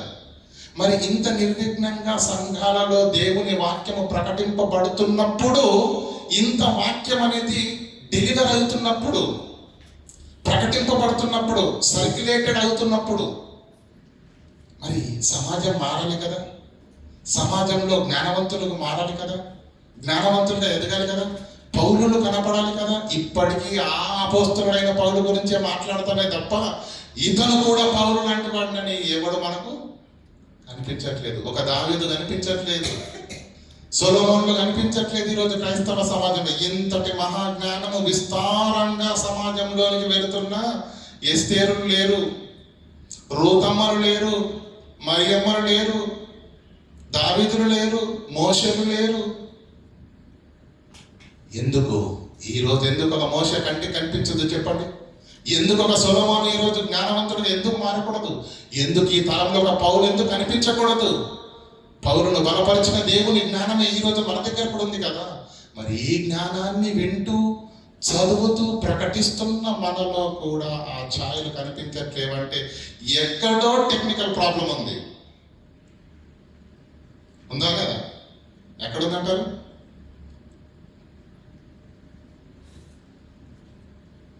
చెప్పండి. మీకు అర్థం చేసుకునే మనసు అంటే చాలా జాగ్రత్తగా చెప్తాను. అర్థం చేసుకుంటే మీ ఆత్మీయ జీవితానికి తిరుగులేదు. అపార్థం చేసుకుంటే నేను చేయగలిగింది ఏమి లేదు. దేవుని సన్నిధికి సూటి ప్రశ్న, దేవుని సన్నిధికి నువ్వు ఎందుకు వచ్చావు? దేవుని వాక్యం నేర్చుకోవడానికి. ఇంకా నిజంగా ఆ కాన్సెప్ట్ తోటి వస్తే మనల్ని మించినటువంటి భాగ్యవంతులు ఎవరు లేరు. ఇదే చెప్పండి, దేవుని సన్నిధికి విశ్వాసి ఎందుకు వెళుతున్నాడు? తెలియనప్పుడు ఓకే అండి, ప్రారంభంలో ప్రతి ఒక్కరం అక్కడి నుంచి వచ్చిన వాళ్ళం. ఇంతకాలం నుంచి దేవుని వాక్యాన్ని మనసును స్పష్టంగా విన్నావు, నేర్చుకున్నావు కదా, నీకేమర్థమైంది? నువ్వు దేవుని సన్నిధికి వచ్చావు కదా, నిన్నే అడుగుతున్న ప్రశ్న, ఎందుకు వచ్చావు? ఏమి కోరుకొని వచ్చావు? ఏం కావాలని వచ్చావు? దేవుడి నుంచి ఏం ఆశపడుతున్నావు? అది మీ విజ్ఞతకే విడిచిపెడుతున్నాను. ఇప్పుడు చెప్తాను వినండి. విశ్వాసులుగా, దేవుని పిల్లలుగా ప్రతి వారికి సంథింగ్ దే నీడ్. వారికి ఏదో కావాలి. దాని కొరకు దేవుని సన్నిధికి వస్తారా లేదా? అందరిని గురించి మాట్లాడుతున్నాను పిల్లలు, నేను ఎవరిని ఉద్దేశించి మాట్లాడలేదు. దేవుని సన్నిధికి వచ్చిన, దేవుని ఎదుట మోకరించిన మనకు తెలిసినటువంటి ఒకే ఒక ఆయుధం ఏంటి? అడుగుడి మీకు విడిచిపెట్టే ప్రసక్తే లేదు ప్రభువా. చెప్పావు కదా నువ్వే, ఏమని? అడుగుడి మీకు, అంతే. నువ్వు ఇచ్చేవాడివి, మేము తీసుకునే వాళ్ళము. మేము అడిగే వారము, నువ్వు ఇవ్వవలసిన వాడవు. నువ్వు ఇవ్వాలంటే నేను ఎందుకు వచ్చాను? నువ్వే చెప్పావు కదా, అడుగుడే మీకు ఇవ్వబడి. అడుగుతున్నాను, కాసుకో. అడుగు, నాకు ఇది కావాలి, నాకు అది కావాలి, నాకు అది కావాలి, నాకు అది కావాలి, నాకు అది కావాలి, నాకు అది కావాలి. విశ్వాసి సన్నిధిలోనికి రావటంలో విశ్వాసి ఉద్దేశం ఏంటో తెలుసా? మంచిదే,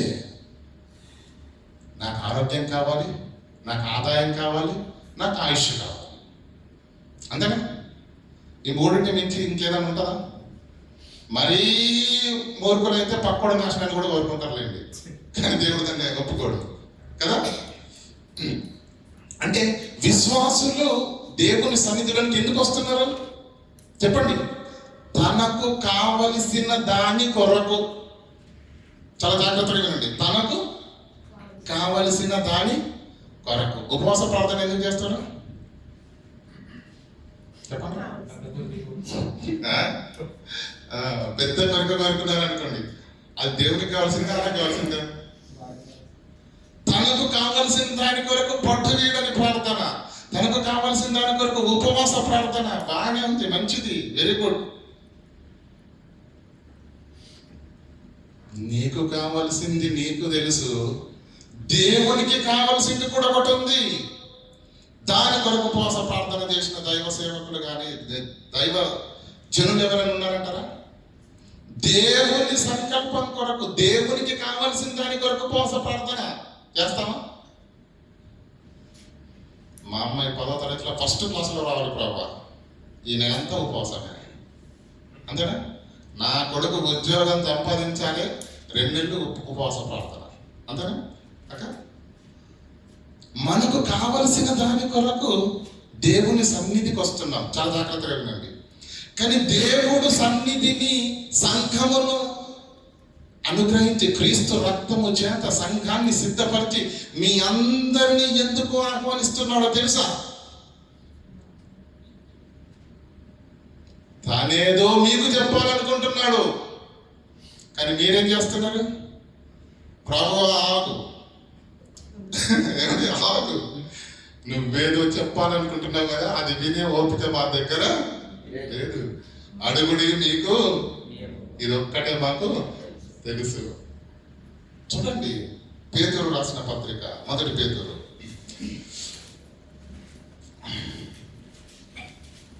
1 పేతురు పత్రిక 2:9.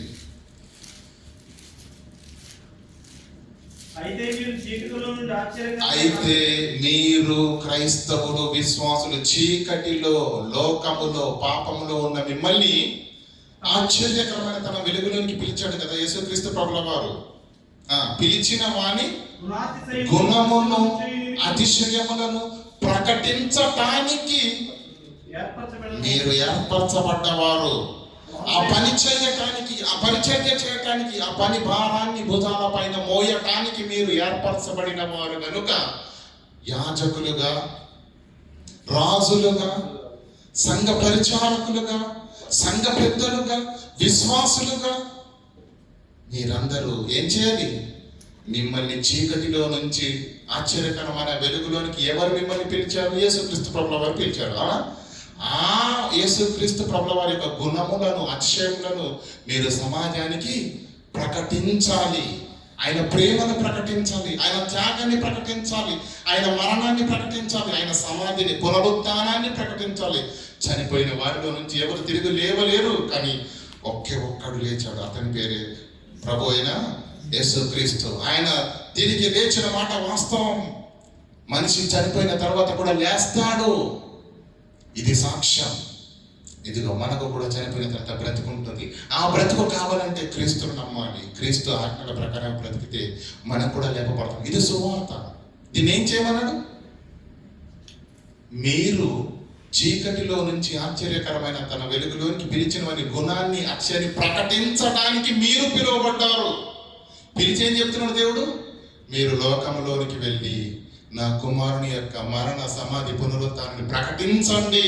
మిమ్మల్ని పనివారిగా నియమిస్తున్నాను, పరిచారకులుగా నియమిస్తున్నాను, యాజకులుగా నియమిస్తున్నాను, సంఘ పెద్దలుగా నియమిస్తున్నాను, విశ్వాసులుగా నియమిస్తున్నాను అని దేవుడు అంటే, మేమేదో చెప్తామని నీ దగ్గరకు వస్తే ప్రభువా నువ్వేదో చెప్తున్నావేంటి? అడుగుడే నీకు ఇయ్యబడు అంటే ఏదో అడగడానికి మేము వచ్చాము. నువ్వేం చెప్తున్నావు? మాకు నువ్వేం చెప్తున్నావు? నాకు ఇది కావాలని నువ్వు పని చెబుతున్నావు, అంతేనా? ఏం చెప్తున్నావు? పని చెప్తున్నావు, అంతేనా కదా? అడుగుడి మీకు ఇయ్యబడును, వెతుకుడి మీకు జరుగును. యేసుక్రీస్తు ప్రభుల వారు ఏమన్నాడు? నా ఇష్టం నెరవేర్చుకున్నట్టు భూమి మీదకి నేను రాలేడు. ఎందుకు వచ్చాడు? ఆయన భూమి మీదకి ఎందుకు వచ్చాడో నువ్వు సంఘంలోనికి కూడా అందుకే వచ్చావు.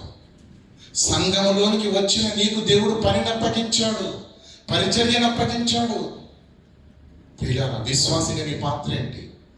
సంఘములో నీ పాత్ర ఏంటి? పరిచర్యలో నీ పాత్ర ఏంటి? నీ విశ్వాస జీవితంలో నీ పాత్రను పోషించగలుగుతున్నావా? చెప్పండి. కనుక దేవుడు సంఘాన్ని క్రీస్తు రక్తము చేత నిర్మించి ఆ సంఘములోనికి వచ్చిన మనందరికీ ఏం చెప్తున్నాడు? క్రీస్తును ప్రకటించండి, సమాజంలోనికి వెళ్ళి విస్తృతంగా ఆయన పునరుత్థానాన్ని ప్రకటించి అనేకులను పునరుత్థానం వైపు తిప్పండి. ఈ పని చేయటానికి మీ అందరినీ ఏం చేశాడు దేవుడు? ఆశ్చర్యకరమైన వెలుగులోనికి పిలిచిన వాని గుణాతిశయములను ప్రకటించడానికి రాజులుగా, యాజకులుగా మనల్ని నియమించాడు. ఆయనకి ఏదో కావాలని మనకు చెబుతున్నాడు. అవునా కదా? మనం ఎందుకు వస్తున్నాం? ఏంటి? మనకేదో కావాలని, అంతేనా? విశ్వాసులు మనకేదో కావాలని మనము సంఘానికి వెళ్తున్నాం. కానీ దేవుడు తనకేదో కావాలని మనకు, ఎవరి గొడవ వాళ్ళదే అన్నట్టుంది. అక్కడ జరుగుతుంది సమస్య. ఎవరి గొడవ వారిదే అన్నట్టుగా ఉంది ప్రియులారా. ఒకసారి మత్తయి సువార్త తీయండి దయచేసి.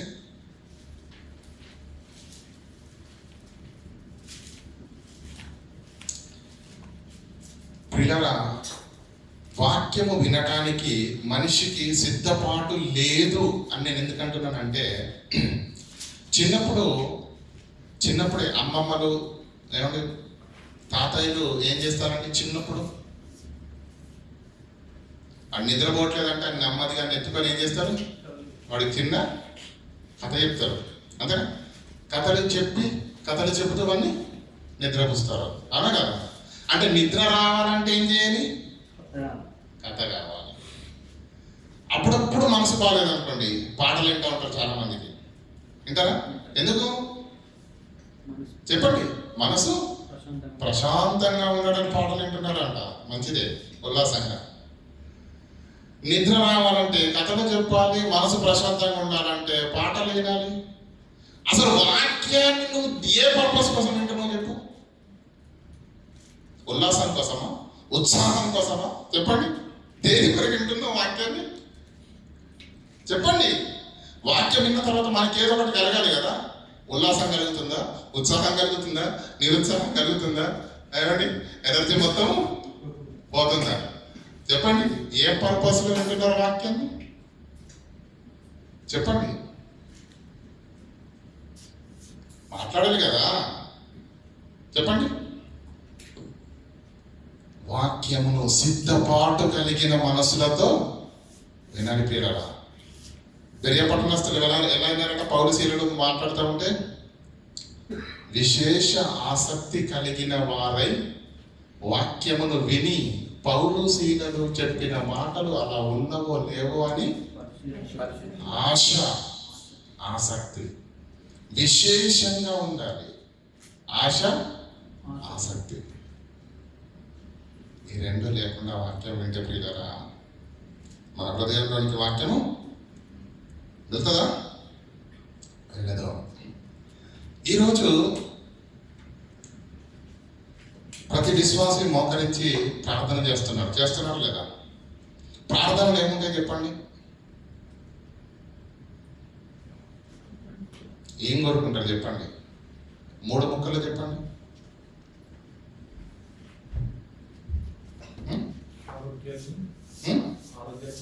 ఆరోగ్యము, సహాయము.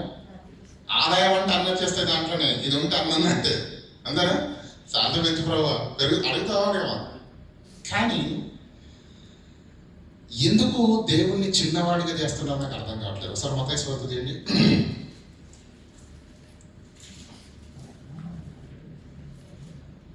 ప్రియులారా, ఈ మాట మీకు అర్థమైపోతే ఇంకా ఎక్కువగా మీరు దేవుని పైన ఆధారపడ్డ వారు అవుతారు. 8వ వచనం చదవండి. 6:8. మీరు మీ తండ్రిని అడుగక మునుపే మీరు మీ తండ్రిని అడుగక మునుపే మీకు అక్కరగా ఉన్నవేవో ఆయనకు తెలియను. ఇటు చూడండి దయచేసి, అందరికి చూడండి. చిన్న పిల్లలు ఆట ఆడుకుంటున్నారు. చిన్నగా ఉంటారు కదండి. 10-12 సంవత్సరాల పిల్లలు ఉన్నారనుకోండి, వాళ్ళు ఆడుకుంటున్నారు.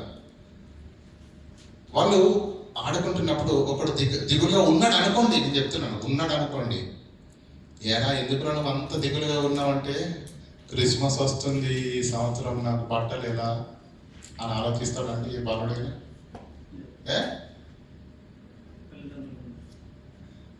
నాకేంటి, మా డాడీ ఉన్నాడు, మా అమ్మ చూసుకుంటుంది. అవసరం ఉందా లేదా? ఉందా? ఉందా లేదా అవసరత? క్రిస్మస్కు బట్టలు తీసుకోవాల్సిన అవసరత అయితే ఉంది, కానీ దాని గురించి ఆలోచించే అవసరత బాలుడికి నో, అవసరం లేదు. అది నా పని, నా తండ్రి చూసుకుంటాడు, నా తండ్రి చూసుకుంటాడు. ఏ పిల్లలు కూడా తల్లిదండ్రుల ఆధీనంలో ఉన్న ఏ పిల్లలు కూడా ఒక్క నిమిషం కూడా తిండి కొరకు కానీ బట్ట కొరకు కానీ దేని కొరకు కూడా వారు ఆలోచించారు.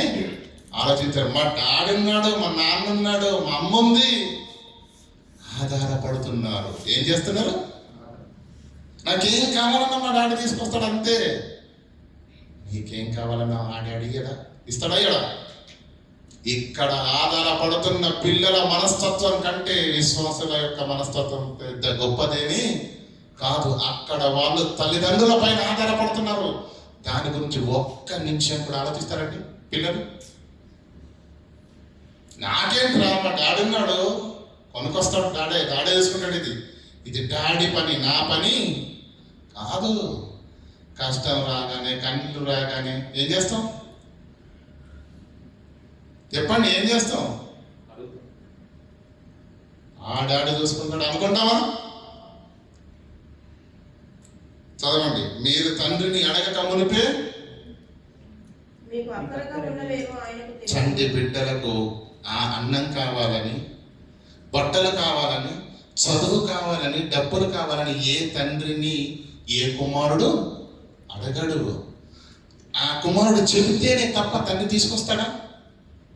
అది తండ్రి బాధ్యత కదా, అది తండ్రి బాధ్యత. అడగక మునుపే ఏం చేస్తాం? పిల్లలకు బట్టలు తీసుకొస్తాం, అడగక మునుపే ఆహారాన్ని సిద్ధపరుస్తాం, అడగక మునిపే చదువులు, బుక్కులు, వారికి కావాల్సిన ప్రతి దాన్ని తండ్రి అడగక మునిపే సిద్ధం చేస్తాడా, చేయడా? అంటే దాని అర్థం ఏంటి? తండ్రి యొక్క కనుదృష్టి పిల్లల పైన ఉన్నది. వాళ్ళకి ఏం అవసరం ఉన్నది? పండుగ వస్తుంది అంటే నాన్న నిద్ర రాదు, పిల్లలు ఉన్నారు, అప్పు చేసైనా సరే వాళ్ళకు బట్టలు తీసుకురావాలి, వారికి పిండి వంటలు చేయాలి. ఇవన్నీ, ఈ పనంత ఎవరిది? ఈ ఆలోచన అంత ఎవరిది? ఈ ప్రయాసం అంత ఎవరు తీసుకుంటారు? తండ్రి. అవునా కదా? అడగక మునిపే తండ్రి వీటన్నిటిని సమకూర్చే పని ఎవరిది? తండ్రిది. ఇక్కడ ఏం చెప్తున్నారు?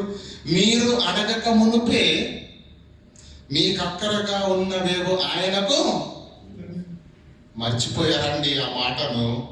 దేవుడి కనుదృష్టి మనపైనే ఉంది. మనకి అవసరత ఉందో, ఏ అక్కర ఉందో దేవునికి ఖచ్చితంగా మా డాడీ చూసుకుంటాడన్న నమ్మకంతో ఉండండి.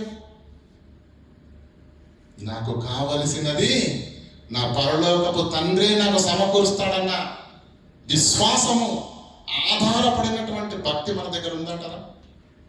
మనం ఏం చేస్తాం?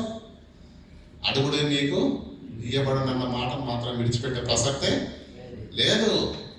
అడుగుతానే ఉంటాం. మంచిది. అంటే అడగడం తప్పు అని నేను అనట్లేదు.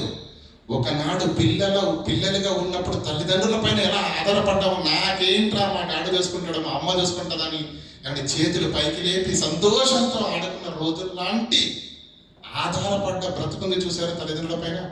అలా నువ్వు ప్రభు పైన ఆధారపడగలుగుతున్నావా? దేవుని పైన ఆధారపడగలుగుతున్నావా? చెప్పు. ప్రభు నువ్వు మర్చిపోతావు కనుకనే ఆధారం పెట్టి మరి జ్ఞాపకం చేస్తుంటాం మనం కదా. కింద చదవండి, ఇంకేమంటాడు? ఇవన్నీ మీరు మీ తండ్రిని అడగక మునిపే మీకు అక్కరగా ఉన్నవే ఆయనకు తెలుసు. 32వ వచనం చదవండి. ఈ రోజు ప్రపంచంలో ప్రార్థనలో మోకరించి అడుగుతున్న ప్రతి ఒక్కరు ఏదైతే అడుగుతున్నారో 32 ఇవన్నీ మీకు కావాలనని మీ పరలోకపు తండ్రికి తెలుసు. ఆయన చూస్తున్నాడు. ఆయనకు విడిచిపెట్టండి, ఆయన పైన ఆధారపడండి, ఆయన చూసుకుంటాడు. ఏ పిల్లలు తండ్రికి చెప్పవలసిన అవసరత లేదు. కానీ మనం ఏం చేస్తున్నాం? ప్రభువా కదా, నీకు కావలసినవన్నీ అడగక మునిపే ఇచ్చిన తండ్రి ఇప్పుడు నీకు అక్కరగా ఉన్నదని నరులను పరిశీలించి చూస్తున్న దేవుడు నీ అక్కరను చూసి ముఖం తిప్పుకుంటాడు అనుకుంటున్నావా? దేవుడు, నువ్వు ప్రభువును ఆనుకొని చూడు, ప్రభువుని ఆనుకొని చూడు. అడగక మునిపే ఇచ్చిన దేవుడు అక్కరగా ఉండి నువ్వు అలమటిస్తే దేవుడు చూస్తూ ఊరుకుంటాడు అనుకుంటున్నావా? ఊరుకోడు ప్రియులారా, ఊరుకోడు. నీకు కావలసినవన్నీ, ఇవన్నీ నీకు కావాలని మీ పరలోకపు తండ్రికి తెలియను అని ఆయన పని, ఆయన సమకూరుస్తాడు. ఆయన పైన ఆధారపడండి, ఆయనకు విడిచిపెట్టండి. మీరేం చేయాలి? కింద వీటి గురించి ఆలోచించకండి. మీరేం ఆలోచించండి? ఆయన రాజ్యమును నీతిని మొదట వెతకండి. అప్పుడు అవన్నీ మీకు అనుగ్రహింపబడును. మేము వెతకము ప్రభువా, మాకు కావాల్సింది కూడు గూడు గుడ్డ, కానా కపడా మకాన్, అంతేనా? దేని గురించి తప్ప ప్రపంచంలో ఉన్న గొడవంతా దేని గురించి చెప్పండి? అది వద్దు, మీరు అడగక మునిపే ఇచ్చాను. మీకు అక్కరగా ఉంటే చూస్తూ ఊరుకునే దేవుడు. దేవుని పైన ఆధారపడి చూడండి, దేవుణ్ణి ఆనుకొని చూడండి. చిన్నపిల్లలు ఏమంటారు? మా డాడీ ఉన్నాడు, నాకు చూసుకుంటాడు అన్నట్టుగా నేను నమ్ముకున్న దేవుడు నాకున్నాడు అని దేవుని పైన విడిచిపెట్టండి. దేవుణ్ణి ఆనుకొని బ్రతకండి. కార్యాలు ఎందుకు జరగవు? ఇది నా పని, నేను చూసుకుంటాను. మీరేం చేయాలి? ఆయన రాజ్యమును నీతిని, రాజ్యాన్ని వెతకమంటున్నాడు. ఇంకోటి ఏంటట? నీతిని వెతకమంటున్నాడు. ఎప్పుడట? మొదట. నీ ఫస్ట్ ప్రియారిటీలో ఏముండాలో తెలుసా? దేవుని రాజ్యము, దేవుని నీతి ఉందంటారండి. ఇవన్నీ నీకు కావాలని నాకు తెలుసు అబ్బాయి, నేను చూస్తున్నా, నీకు అక్కరగా ఉన్నాయి, నేను దయచేస్తాను, నువ్వు మాత్రం ఇది లెంకరా అని చెప్పేసి దేవుడు అంటే, ఎవరైనా దేవుని రాజ్యాన్ని నీతిని మొదటగా వెతుకుతున్నారు చెప్పండి? అటువైపు లేదు దృష్టి. ఇక్కడే విశ్వాసులకు దేవునికి ఏమండి ఎడబాటు అనేది ఇక్కడే జరుగుతుంది. దేవుడు తను చెప్పాలనుకున్నటువంటి గతవారం చదువుకున్నాక దైవావేశము వల్ల కలిగినటువంటి ప్రతి లేఖనమును ఏమన్నాడు? ఉపదేశించుటకు, ఖండించుటకు, తప్పుదిద్దుటకు, బుద్ధి చెప్పుటకు ప్రయోజనకరంగా ఉంది. అంటే దేవుని మాటను నీకు ఎలా చెప్పాలనుకుంటున్నాడు దేవుడు? ఉపదేశించామన్నాడు. అంటే తెలియని వారికి ఉపదేశం చేయాలి. నంబర్ 1. తప్పుతోవలో వెళుతున్న వాడికి ఏం చేసేది? ఇది తప్పుదిద్దుటకు, ఎదురాడుతున్న వాడిని ఖండించుటకు, ఇంకా బుద్ధి చెప్పడానికి కదా. అంటే దేవుని వాక్యము చేత దేవుడు నీకు నాకు దైవ సేవకుల చేత ఖండించాలనుకుంటున్నాడు, గద్దించాలనుకుంటున్నాడు, బుద్ధి చెప్పాలనుకుంటున్నాడు, సరిచేయాలనుకుంటున్నాడు. ఒకవేళ నీ ఆత్మీయ జీవితం దేవునికి విరోధంగా ఉంటే, దేవునికి అవిధేయంగా ఉంటే, ఈ వాక్యం చేతనే ఖండించాలనుకుంటున్నాడు, ఈ వాక్యం చేతనే గద్దించాలనుకుంటున్నాడు, ఈ వాక్యం చేతనే నేను సరిచేయాలనుకుంటున్నాడు, ఈ వాక్యం చేతనే నేను నడిపించాలని దేవుడు అనుకుంటున్నది ఇది. దేవుడు చెప్పాలనుకుంటున్నది ఇది. అది మాకొద్దు. విశ్వాసులు ఎలా ఉన్నారు?